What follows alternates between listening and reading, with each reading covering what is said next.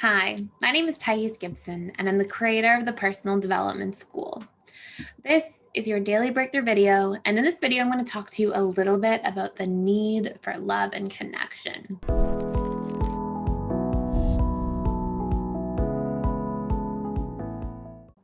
So, this is a really interesting topic, and there's honestly a lot to go into about this topic in general and how it affects different attachment styles and like how we can best get our needs met for love and connection. And there's so much to say, but what I really want to share with you in this video is how our relationship to our own need for love and connection can show up, and the different contributing factors to what that relationship looks like for each of us uniquely. Because what you'll learn from this is like, ooh, here are my blocks, here are my fears, here's how I can better meet my need for love and connection, here's how other people meet it. And sometimes we may not be realizing how other people are trying to meet their own version of love and connection, because we may have a different strategy for it that we've developed over the years, or through our conditioning, or through our preferences that come from a lot of our past experiences and conditioning.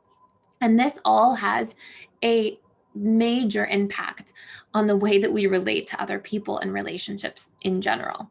So I want you to think of all needs first and foremost as being healthy. It's the way we get the need met that can be healthy or unhealthy. So for example, let's say there's a need for power. Okay. Well, if we want a need for power in a healthy way, we might try to choose personal empowerment. We may learn to control our own emotions, or empower ourselves, or control how we perceive things. And when I say control our own emotions, I really mean like have a healthy relationship to our emotions where we use them as feedback and we understand what's underneath them, and we can create resolution and feel like we are emotionally regulating ourselves well. We may choose to have a life plan and a mission and a vision and goals and things like that. And that could be very healthy ways of getting the need for power met. Or in unhealthy versions or forms, we may decide we want power over people through controlling or manipulating. We may decide that we want money in a greedy way and hoard it so that we have more power in the world and status. And so we can have different manifestations of how we get needs met that can make our relationship to that experience super healthy and empowering, or not so healthy, where we may need to reassess. And what I want you to really understand here too is that we all receive according to our beliefs. Okay. So think of it as like, I'll give you an example.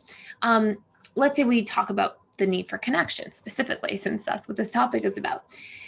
If I have a belief that connecting to other people is unsafe, then I may choose to connect mostly to characters in novels, hence like why things like the Twilight series was so popular for people, or like or other like big books, whatever, Lord of the Rings, or like different like books that really came out. People usually feel really emotionally connected to the characters when they talk about those books, Harry Potter books, and they identify some of the character traits in those people, and they can feel really connected to those people. Like I've seen people, I remember back in the day, like going to a Harry Potter movie once, and seeing people like dress up in the costumes. Like they obviously feel a profound sense of connection to like want to dress up, to like emanate some of that relationship they have at a subconscious level. So what I want you to see here is that I can believe that connection is unsafe, but if I still have a need for love and connection, my brain is not going to just stop getting connection because I believe it's unsafe. It's going to find a way to get connection by going around my beliefs instead, because subconscious mind is very intelligent and very intricate, and it's like a little needs meeting machine. So where it sees roadblocks, it just goes around. And so if I believe, for example, too, like let's say I think connection is a burden. Let's say I tend to always give way more than I take. Then I may believe connection is a burden. And so then, yeah, I may connect through novels or television shows, or through passive connection where it's, I'm not getting too close to people, or whatever it might be. People will have their different forms according to what they've found works for them to meet the needs, while bypassing the wounds or fears they have. Okay. The limiting beliefs, essentially. So what we believe about love and connection determines how we will meet the need. And this goes for all needs ever. Okay. So it's really important to recognize this. And we can look at the different needs that we have And we can look at, okay, what are healthy forms of this and what are some not healthy forms of this? And if we find ourselves getting stuck in unhealthy forms, we can be like, okay, let me upgrade my forms. So I want to go on to share some other stuff in here. So let's look at some traditional common ways that people will get their needs met for love and connection. Well, for some people, mainly DAs, a lot of it's intellectual connection. They really value that like mental connection they have with somebody. Like, are we both learning from each other? Are we talking about our opinions, our ideas, our beliefs? Are we, debating about things from time to time? And a lot of their need for love and connection comes in that form because they don't tend to feel safe in the vulnerability of things like emotional connection or intimate connection, from time to time. So that can be one version. Another version is emotional connection for people who feel really safe there. Now, sometimes if people had an unmet need for emotional connection and if they don't have any blocks, sometimes they'll be so like one track minded for emotional connection that it can often be to the exclusion of other forms of connection, or can be so focused on that there can be slight imbalances to a certain degree. And that may work for some people that, really value that and have a lot of other people around them like that. But sometimes it's nice to have somebody who's intellectually compatible or you can connect to, because growth can stem from that as well. Then there can be physical or sexual connection. So like actual intimacy, like actually having sex with somebody. And in that form, that can be a very healthy and important part of relationships. But then sometimes we'll see people who have really big mental emotional blocks to connection. So they, stay away from too much mental or emotional closeness because they perceive it as being unsafe, or they think that they're unworthy of it, or whatever it might be. And then they will get really focused on the sexual part of connection because that's their mind's way of getting their needs met without having to go through the barriers of those fears or painful belief patterns that they've acquired. And so what I want you to see is like, when we talk about the need for connection, it's all happening for all different people. It's just happening in a variety of different forms according to what people's belief patterns are. If we go so far as to take the example of people who may struggle with sex addiction, and I've worked with people like this in the past, and it's so interesting because the patterns usually tend to be for these individuals that they have really big vulnerability fears. They feel that they've written off intellectual or emotional connection.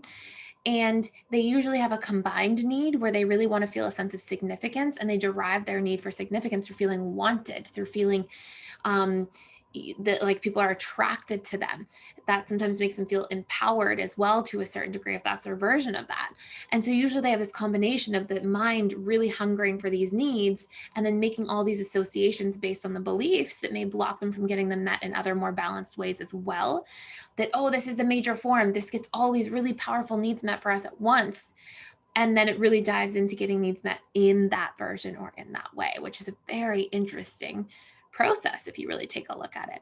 So what you want to see is if you have any versions of this. So if you're like, oh, I just connect intellectually, I don't really connect as much emotionally because I'm afraid of it. The key to balancing this, because none of those needs are bad, right? Like the need for sexual connection is not bad, the need for emotional connection not bad, nor intellectual connection.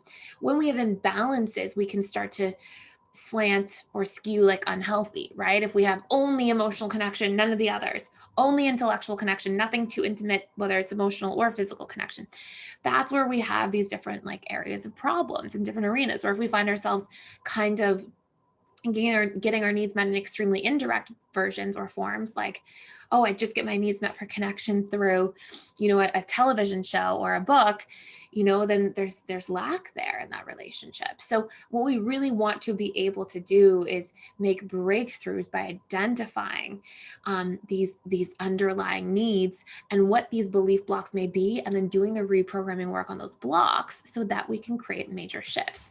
So if you want to see what yours are and what your different needs are and the different blueprints and versions of this are for you, I highly recommend taking the needs course and combining that with the emotional mastery and belief reprogramming course inside the school, because it will give you this like really profound blueprint of your different types of needs and your different types of belief blocks, how to reprogram the belief blocks, and then how to action getting your needs met, which really leads you to like action your highest potential and do all the things that you set out to do.